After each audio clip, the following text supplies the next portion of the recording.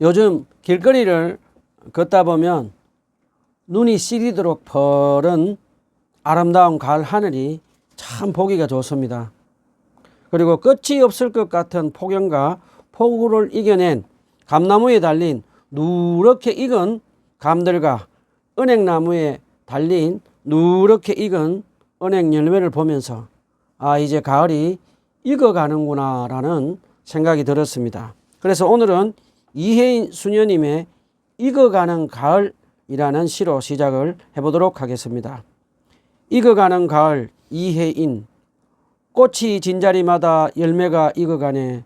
시간이 흐를수록 우리는 익어가네. 익어가는 날들은 행복하여라. 말이 필요 없는 고요한 기도. 가을엔 너도 나도 익어서 사랑이 되네. 익어가는 가을에 참 듣기 좋은 시인 것 같습니다. 오늘은 사도행전 8장 1절로 8절을 가지고 하나님 은혜의 말씀을 나누도록 하겠습니다. 다 같이 일어서서 사도행전 8장 1절로 8절 다 같이 한 목소리로 읽어봅시다. 시작. 사울은 스데반이 죽임당할 것을 마땅하게 여겼다. 그날에 예루살렘 교회에 큰 박해가 일어났다. 그래서 사도들 이외에는 모든 유대대 지방과 사마리아 지방으로 흩어졌다. 경건한 사람들이 스데반을 장사하고 그를 생각하여 몹시 통곡하였다. 그런데 사울은 교회를 없애려고 날뛰었다. 그는 집집마다 찾아 들어가서 남자나 여자나 가리지 않고 끌어내서 감옥에 넘겼다. 그런데 흩어진 사람들은 두루 돌아다니면서 말씀을 전하였다. 빌립은 사마리아 성에 내려가서 사람들에게 그리스도를 선포하였다. 무리는 빌립이 하는 표징을 듣고 보면서 그가 하는 말이 한 마음으로 귀를 기울였다. 그것은 귀신들이 많은 사람들에게 악한 귀신들이 큰 소리를 지르면서 나왔고 많은 중풍병 환자와 지장인들이 고침을 받았기 때문이다. 그래서 그 성에는 큰 기쁨이 넘쳤다. 오늘 본문의 배경은 사도행전 7장에서 스데반 집사가 악한 사단의 자식들인 사내들인 공회의 종교 지도자들에 의해 최초로 순교의 피를 뿌리며 주님의 품에 안깁니다. 그날 이후로 피맛을 본 악한 사단의 자식들인 사내들인 종교 지도자들은 예루살렘 초대교회의 뿌리를 뽑아버리려고 대대적인 이제 박해를 시작합니다. 그런데 그 반대로 성령님은 예루살렘 교회 박해를 통해서 하나님의 나라 복음을 더욱더 퍼져나가도록 역사하시는 것을 우리는 알 수가 있습니다. 우리 자세하게 한번 알아보도록 합시다. 먼저 8장 1절에 보면 사울은 스데반이 죽는 것을 당연하게 여기며 이제부터 사울은 예수 그리스도를 믿는 사람들을 이단으로 취급하며 그리스도인들을 대대적으로 이제 핍박하기 시작합니다. 본문 8장 3절에도 보면 사울은 교회를 없애려고 각 가정마다 찾아다니며 여자 남자 구별하지 않고 모두를 잡아서 감옥에 가두는 일에 앞장섭니다. 사울은 그 당시에 최고의 랍비인 바리새인 출신 가말리엘 문화의 제자로 있으면서 수많은 구약 성경을 공부하고 연구했으면서도 아직 예수 그리스도를 그의 구주로 메시아로 알고 믿지 않고 잘못된 종교인의 열심으로 스데반을 죽이는 데 동참하고 얼마나 심하게 교회를 박해했는지 나중에 사도행전 24장에서 사도 바울의 간증을 통해서 알 수가 있습니다. 또 본문 8장 1절에 보면 예루살렘 교회에 대대적인 박해를 당하면서 직분이 없는 평신도 제자들은 뿔뿔이 흩어져서 유대와 사마리아 땅으로 떠나는데 그런데 사도들은 예루살렘 교회를 떠나지 않고 예루살렘 교회를 지키고 있었습니다. 왜 사도들은 예루살렘 교회를 떠나지 않았을까요? 첫 번째는 사도들은 복음의 중심지인 예루살렘 교회를 떠나지 않고 순교를 각오하며 지키고 있었습니다. 두 번째는 아마도 사도들은 그 당시에 큰 박해를 받아서 예루살렘 교회 성도들이 감옥에 갇혀 있는 사람들을 두고 떠날 수가 없었을 것입니다. 그리고 사도들은 큰 박해가 잠잠해지면 뿔뿔이 흩어진 평신도 제자들이 다시 예루살렘 교회에 돌아올 수 있도록 예루살렘 교회를 지키려고 했습니다. 그런데 오늘 본문 8장 2절에 보면 경건한 사람들이 스데반을 장사하고 그를 생각하여 몹시 통곡하였다라고 누가는 기록을 했습니다. 잠깐 우리 여기서 한번 질문을 해봅시다. 경건한 사람들은 누구일까요? 우리가 잘 아는 대로 많은 평신도 제자들은 예루살렘을 떠나서 유대와 사마리아로 흩어져 있습니다. 그런데 이 사람들은 누구일까요? 경건한 사람들. 아마도 그들은 헬라파 유대인들로 스데반과 변론하며 그를 공의회로 끌고 간 사람들 가운데 일부의 사람들이었을 것으로 추측이 됩니다. 그런데 당시 사내들인 공의의 판결에 따라서 형벌의 죽음을 당한 자를 위하여선 공개적으로 애곡하는 것이 금지되었다고 합니다. 그럼에도 불구하고 경건한 사람들이 스데반의 죽음을 크게 애통해 한 것으로 보아 그들 중에는 유대 사회에서 상당한 영향력을 가진 사람들도 있었던 것으로 보입니다. 헬라파 경건한 사람들은 스데반이 죽기 전에 행했던 의로운 말과 거룩한 죽음을 보면서 마음에 큰 울림과 감동이 있었는지 우리가 알 수가 있습니다. 우리는 이 대목에서 스데반 집사의 순교의 피는 결코 헛되지 않았음을 가르쳐 줍니다. 자, 이제 본문 8장 4절에 보면 그러나 흩어진 사람들은 두루 다니면서 말씀을 전하였다라고 누가는 기록을 했습니다. 우리 여기서 잠깐 그 당시 예루살렘 교회가 박해받던 상황을 한번 생각해 봅시다. 예루살렘 초대교회에 다니던 평신도 제자들은 사내들인 종교 지도자들 중심으로 한 바리새인과 사울이 앞장서서 예수 그리스도를 믿는 사람들을 각 가정마다 찾아다니며 마치 이잡듯이 샅샅이 뒤지며 남자 여자 구별 없이 잡아서 감옥에 잡아놓고 심한 매질을 하고 고문을 하며 엄청난 박해를 합니다. 그러자 예루살렘 평신도 제자들은 박해를 피해서 야반 도주를 하면서 가족들과 생이별도 하고 집과 재산을 버리고 도망을 갔습니다. 여러분, 이 장면을 보면서 예루살렘 교회 평신도 제자들은 마치 전쟁이 일어나서 전쟁을 피해서 도망을 가니는 피난민들처럼 뿔뿔이 흩어지는 모습을 우리가 생각해 볼 수 있습니다. 그런데 놀라운 것은 그들은 뿔뿔이 흩어져서 도망을 가면서 유대와 사마리아 땅에 하나님의 나라의 복음의 씨앗을 뿌리고 또 뿌리는 것을 우리에게 가르쳐 줍니다. 악한 사단의 자식들인 사내들인 공의회는 예루살렘 교회를 박해를 하면서 칼과 살인으로 하나님의 나라의 복음을 불을 끄려고 했지만 성령께서는 박해를 통해서 하나님 나라 복음을 유대와 사마리아 땅에 널리 퍼지도록 하시는 것을 알 수가 있습니다.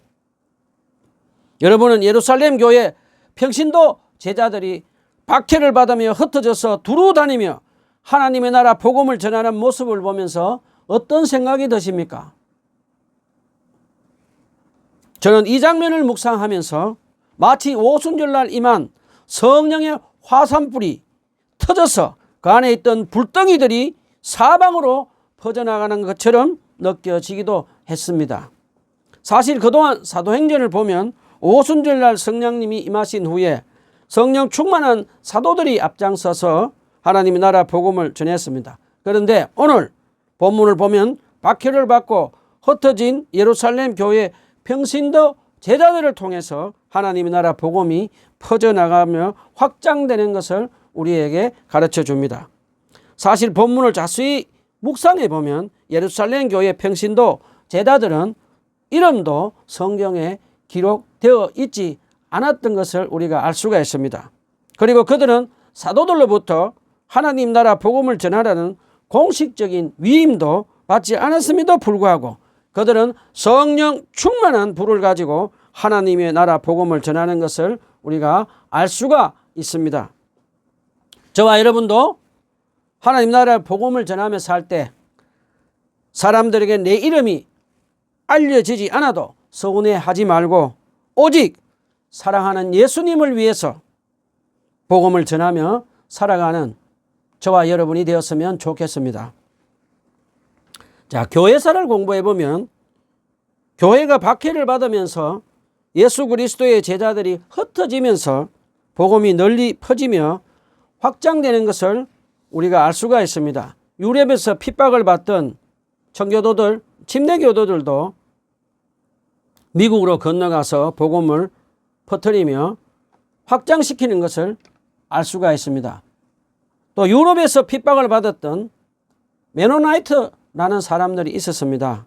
이들은 유아 세례가 성경적인 가르침이 아니라고 가톨릭에 저항하다가 핍박을 받고 5천 명이 물에 빠져서 순교하는 일도 당합니다.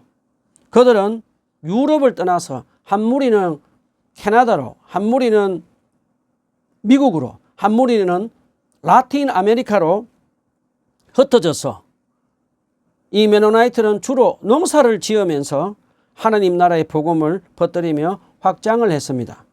메노나이트들은 1960년대에 한국에 와서 경산에서 농업고등학교를 세워서 가난한 학생들과 고아들을 가르치며 있다가 베트남 전쟁이 나자 그곳으로 가서 가난한 사람들과 고아들을 돌보는 사역을 하러 떠나갑니다. 그러면서 메노나이트들은 기독교 대학인 계명대학교에 메노나이트 학교와 땅을 기부하며 떠났는데 지금 돈으로 하면 한 100억 정도 된다고 합니다.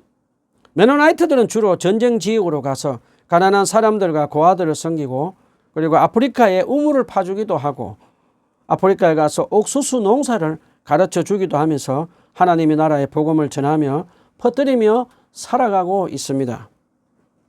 자, 우리나라의 경우에도 보면 북한에 1907년에 엄청난 평양 대부흥이 있었습니다. 그런데 갑자기 그 후에 사단의 자식인 북한 공산주의자 김일성이 그리스도인들을 핍박을 하고 죽이며 전쟁을 일으켜 남한에 침략을 합니다.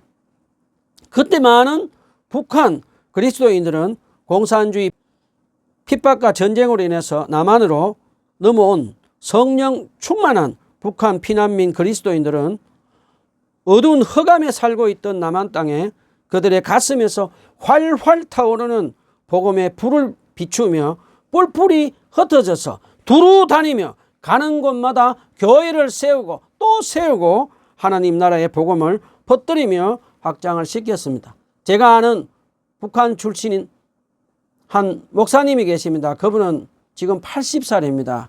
65세에 목회를 은퇴하고 그 후로는 중국과 몽골에 다니면서 선교사로 헌신하며 사시다가 지금은 이제 중국에 들어갈 수가 없어서 한국에 오셔서 또 SNS나 카톡으로 문자 선교를 하면서 아직도 80이 넘은 고령임에도 불구하고 하나님 나라의 복음을 전파하며 사시는 분도 있습니다.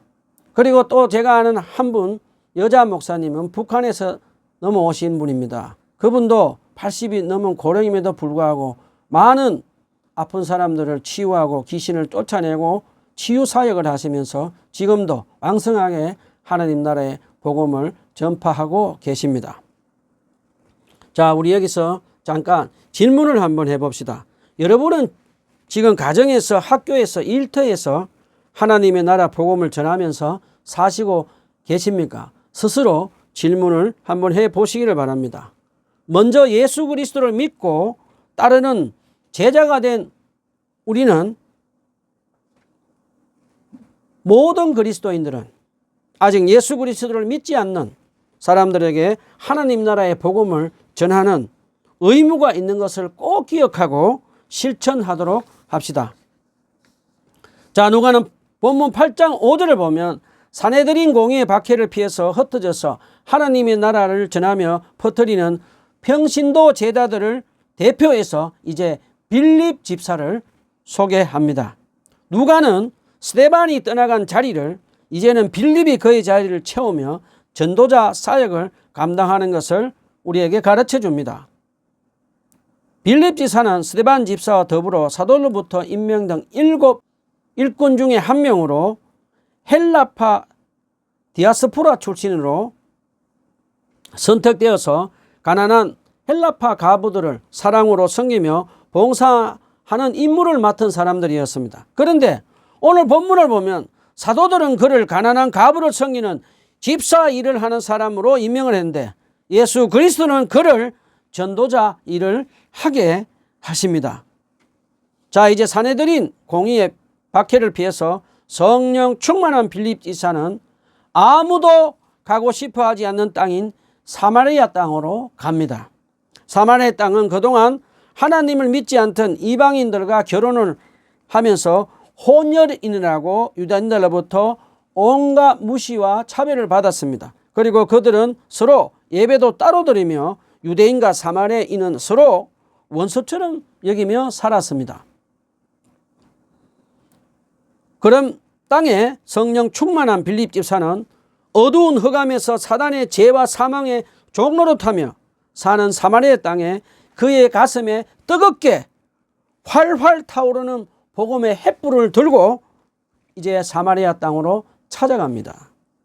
누가는 본문 8장 5절에 보면 성령 충만한 빌립 집사가 사마리아 땅에 가서 제일 먼저 한 것은 그들에게 예수님이 그리스도 메시아로 전하며 복음을 먼저 전하며 가르친 것을 우리에게 가르쳐 줍니다. 예수님의 공생애를 자세히 보면 하나님의 나라의 말씀을 먼저 회당에서도 산위에서도 평지에서도 가르치신 것을 우리에게 가르쳐 줍니다. 누가복음 9장에 보면 예수님이 기적을 베풀어 5,000명을 먹이실 때도 보면 먼저 5,000명에게 하나님의 나라 말씀을 가르치신 후에 무리에게 기적을 베풀어 먹을 것을 주신 것을 가르쳐 줍니다. 성령 충만한 빌립 집사는 예수님을 따라서 먼저 사마리아인들에게 예수 그리스도의 복음의 말씀을 먼저 가르치는 것을 알 수가 있습니다. 사마리아 사람들은 성령 충만한 빌립 집사가 전하는 예수 그리스도의 복음의 말씀을 듣고 한마음으로 귀를 기울여서 들었다는 것을 가르쳐 줍니다. 하나님의 감동으로 기록된 성경 말씀은 살아있는 운동력이 있으므로 빌립을 통해서 하나님의 말씀을 듣는 사마리아인들의 영혼에 큰 울림의 역사가 있었음을 우리가 알 수가 있습니다. 성령 충만한 빌립 집사는 스데반 집사처럼 구약 성경과 예수님의 말씀으로 가득 차서 지혜롭게 가르치며 전파하며 사마리아인들이 예수 그리스도를 그들의 구주로 그리스도로 믿도록 전도를 하는 것을 우리에게 가르쳐 줍니다. 저와 여러분도 성령님이 도우심으로 매일 성경 말씀을 묵상하고 공부하고 연구해서 우리의 영혼에 성경 말씀으로 가득 차서 전도를 하도록 해야겠습니다. 그 다음에 본문 8장 7절에 보면 빌립 지사는 예수님과 12사도들이 귀신을 쫓아내고 병자를 치유했듯이 성령 충만한 빌립은 귀신에게 시달린 사람들에게 귀신을 쫓아내고 귀신들로부터 자유하게 하고 많은 중풍병자와 환자들을 치유하는 이적과 기적을 행하는 능력을 행합니다. 그러자 본문 8장 8절에 보면 성령 충만한 빌립 집사를 통해서 죄와 죽음의 사단의 종살이 하던 사마리아인들이 예수님을 나의 구주 그리스도 메시아로 믿고 구원받으며 사마리아 땅은 구원의 기쁨으로 가득 차게 되었다고 누가는 우리에게 가르쳐 줍니다. 누가는 사도행전 1장 8절 예수님의 말씀인 성령이 너희에게 임하면 너희는 능력을 받고 예루살렘과 유대와 사마리아 그리고 땅끝까지 이르러 내 증인이 되리라는 말씀이 성령의 인도로 이루어져 가고 있는 것을 우리에게 가르쳐 줍니다. 자, 질문을 한번 해 보겠습니다. 여러분 중에 혹시 나는 가난해서 하나님 나라 복음을 못 전한다고 생각하시는 분 계십니까? 나는 인류대학을 못 나와서 자랑할 것이 없어서 하나님의 나라 복음을 못 전한다고 생각하시는 분 계십니까? 나는 사회적인 권력이 없어서 하나님의 나라 복음을 못 전한다고 생각하시는 분 계십니까? 여러분, 하나님 나라의 복음을 전파하는 것은 돈으로, 학력으로, 권력으로 하나님의 나라의 복음을 전파할 수 있는 것을 잊지 말고 기억하셔야 합니다. 예수님의 12사도들과 오늘 본문에 나오는 예루살렘 교회 평신도 제자들은 인류 대학을 나오지도 않았습니다. 부자들도 아니었습니다. 사회적인 권력도 없었습니다.